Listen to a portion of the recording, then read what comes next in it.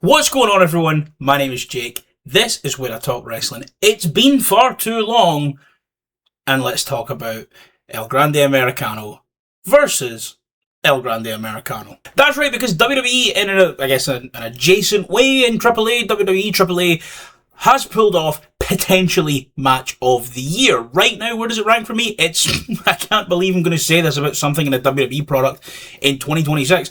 Especially considering it involves El Grande Americano. If you had a conversation with me about him this time last year, a completely different frame of mind. Right now that sits at number 2, this match, with OG, original El Grande Americano versus new El Grande Americano. Rudo, heel El Grande Americano versus technical babyface, mega babyface El Grande Americano at AAA's Noche de la Grandes, Noches de la Grande. Unbelievable match. It is kind of crazy to look at how they done that, though. It is kind of crazy to look at the way that it was done and the reactions that it got, not just in the arena, but all over the world. And it kind of feels like WWE, at least in the main roster sense, are already not taking the lessons from it, in a sense. I know obviously it's hard to know. We've had 2 shows since then. El Grande was on 1. He was on Raw last night as I record this. Essentially came out to do a big victory lap. But the way that the shows since were booked, Clash in Italy and by all accounts to Raw, they're kind of just refusing to learn the lessons that made that work, which is play it simple. That's the thing that Undertaker has done with this story. Undertaker, of course, being the head booker of AAA. And I don't want to say that his tenure as the booker of AAA is all sunshine and roses. It's not been for me, is what I'll say. Especially because people will find this with me besmirching the good name of the World Wrestling Federation and get in the comments and be weird about billionaires and bad professional wrestling. But, in general, the AAA stuff hasn't all worked for me. I don't really like what they're doing with Psycho Clown. I'm not a huge fan of kind of demoting Ray Fenix over there, because you couldn't find anything to do with him on your normal show. Admittedly, he has been putting on bangers, but you kind of just throw him over there because you can't find anything to do with him on the regular show. You put Dominic Mysterio down there, he becomes a AAA Mega Campeon, and you do nothing with him on mainstream WWE television because he's too tough. I guess he's got swag, and you decide that can't exist on a mainstream WWE show. But what they've been able to do with the Grandes is absolutely incredible, and it kind of plays into the Undertaker's biggest strength. It is a silly, goofy story. A story that started as racist dog whistling and became this.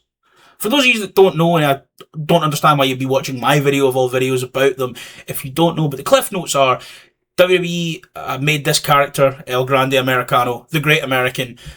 They made some AI slop video packages for WrestleMania last year to say he's this time-honoured luchador. He found the fountain of youth, and he's from the Gulf of America.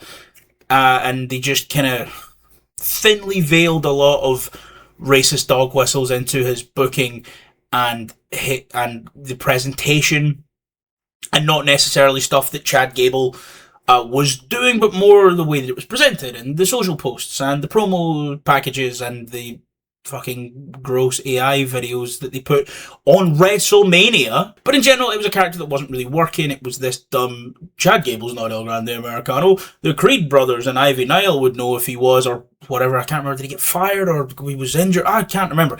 It was bad, and it was dog shit. And then they just decided that Ludwig Kaiser was going to show up and be El Grande Americano. And let's be real as well, this was also around the time they purchased AAA. They sent Gable down as El Grande Americano. It was not good. They hated him. And then Ludwig came in, completely embraced Mexican culture, wasn't, taking the cheap shots, wasn't making fun of it. And again, I don't want any of this to land at the feet of Chad Gable. This is what he was told to do. Be a caricature, go down there, speak in English, they will not like you. Do things that a 50-year-old white man thinks is funny. Whereas Kaiser went down, completely embraced the culture, spoke Spanish, and became this beloved figure. And most importantly, played it with complete sincerity, because at the heart of this is a silly, nonsense, stupid, bullshit wrestling angle. But it's lasted for over a year. And the crowd had this huge connection to Kaiser. They did not have to Gable. And, the story was they were going to come to blows. Now, this was also kind of panning out on WWE and AAA. When they were down in AAA, it was unbelievable. They'd come to Raw. It was a lot more believable. And just in general, I think the way it was handled in AAA was a lot better. Because in WWE, there was this oh, this is silly. Whereas in AAA, we know it's silly. It's professional wrestling. Those two went out there, and in all of their pull-apart brawls, it was as if no one told them this was a work. I saw Gable hit a shoot deadlift German suplex on Kaiser outside the ring. Kaiser got right back up and fucking popped him in his mouth. Them boys were just throwing, and they'd come to Raw, and it'd be like, oh, the Americanos are here. Oh, Julio and Bruto. Oh, silly. It's as if on Raw they had to remind us this was a silly story, whereas in AAA, they completed it as they performed it as straight and down the middle as possible. And this leads me back to the point I started making however many minutes ago before I got sidetracked. This is Undertaker's biggest strength. Taking silly nonsense bullshit and treating it as if it's Shakespearean is what he done. What was he? He was an undead Undertaker who wore big purple gloves sometimes and shot lightning out of his hands, and he kneeled in the ring and he rode a motorbike for a bit, and then he didn't ride a motorbike, and then he kneeled in the ring again, and then he had a brother who could summon fire, and he could summon lightning, and he was dead, and I never once in his career did he ever look down the camera with a wink and a nod, because he's an old school, for better or worse, an old school southern wrestling born and bred, mean Mark Callis. It's real to him, damn it. He's from the era of the territories and the heels and the faces taking 2 buses and all this shit. So he understood that. And he presented these characters as just mortal enemies. Even though it was silly, it worked. They went on to have genuinely...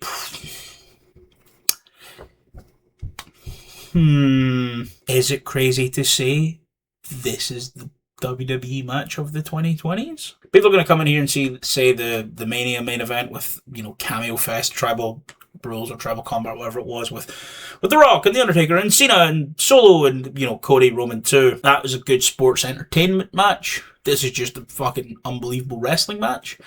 Is it a hot take to say it's possibly the best WWE match of the decade so far, as we are halfway through the 6th year of the decade? I don't think so. Sasha Bianca is up there, obviously. I'd say Punk and Roman from this year is obviously right up there. Cena Styles is up there for me personally.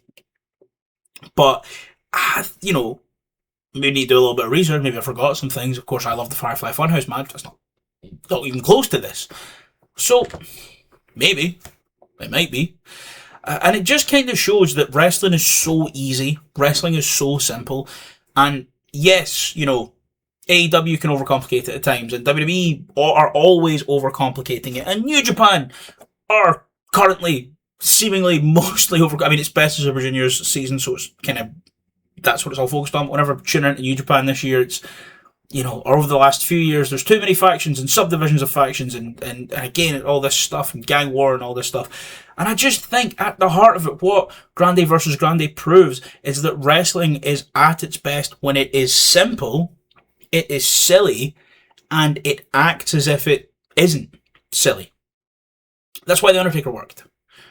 That's why Hogan worked. That's why Cena worked. That's why Stone Cold worked. That's why Shawn Michaels worked. That's why Mysterio, to an extent, works. You look at these larger than life characters and caricatures, and especially in the sort of 90s WWF with, where it was all gimmicks, The Undertaker and things, and I keep bringing him up because he was the booker of this, but I just think that it's so easy. Because listen, at the end of the day, wrestling is silly. We know it's silly.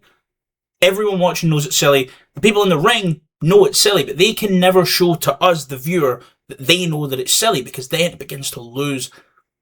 We begin to, drop the suspension of disbelief. And when you overcomplicate it, when you add too many things in, you see the issues that we see with WWE right now. The Bloodline story should be done. We're going into what feels like year 45, and no one gives a shit Oba versus Brock at Mania was perfect. And then you fed him back to Brock. And I know it took Brock 7 F5s to put him away, or whatever the number was. And I know that Oba came out on Raw the next night and killed everyone and will probably be winning King of the Ring to then go into 3 and probably win. But they overcomplicate the perfect story. Every single time WWE feels like they have a slam dunk or actually have a slam dunk, finish the story, Mania 39, they needlessly add complicated nonsense to it, and it worsens the product. Grande vs. Grande is the perfect example of how easy it is to get wrestling right. And I understand it's a complete, they were fixing so many issues, and it's a perfect storm of Kaiser embracing this role and playing it with so much earnestly, and the fans in AAA completely buying into it, and all of this stuff. But at its core, wrestling is simple. Look at the best stories in wrestling of the decade. Hangman Page.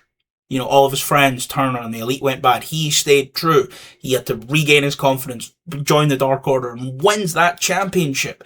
Look at Moxley up until the beginning of the Death Rider story. What does he do? He's better than everyone. He's tougher than everyone. He's badder than everyone. And he cares about AEW so much that he's not going to take it easy on anyone, because you need to earn your spot to be in that company. Punk in AEW. I left wrestling because it was dog shit. Now, it's here again. It's good. I'm going to come back. Let me try and make my way back. Look at everything Eddie Kingston does. Even the Tony Storm stuff. So silly. Play it as seriously as you can when you get to the ring. And to be completely honest, the way that they did it on Raw with Grande then just kind of coming out and getting that, obviously getting a massive pop and obviously capitalise on that. But he then just comes out and does his entrance. I mean, I've not watched Raw, so I don't know what he did, but he just comes out in that entrance and just runs out and hits a pose. He went through a war 2 nights before on the other side of the world. I just do not trust WWE to fully take this forward. I hope they do. I hope this goes well. But wrestling is simple. Stop trying to overcomplicate it. This goes against every fibre of my being morally. But in the year of our Lord 2026, I'm going to say hats off to mean Mark Callis, brother. So, that was it. I didn't really have a script for this. I didn't really have a plan for this. But definitely let me know what you thought of Grande Bowl down in the comments. Let me know if you are kind of like me. Do you have concerns about what they're going to do going forward? Are you really enjoying what WWE is doing right now? Are you, like me, you have your reservations? Again, wrestling is simple. Feel free to tell me I'm wrong. But let me know what you thought of everything. The story, the match, the payoff. I didn't really talk a lot about the match. You can watch the match on YouTube, and I would highly recommend watching the match on YouTube. It is fantastic. So go watch that. Remember, always enjoy wrestling. Wrestling's good, and it's fun, and it's silly. But once again, thank you guys so much for watching. As always, guys, my name is Jake. This is Where I Talk Wrestling. Thanks for watching, and I'll see you soon.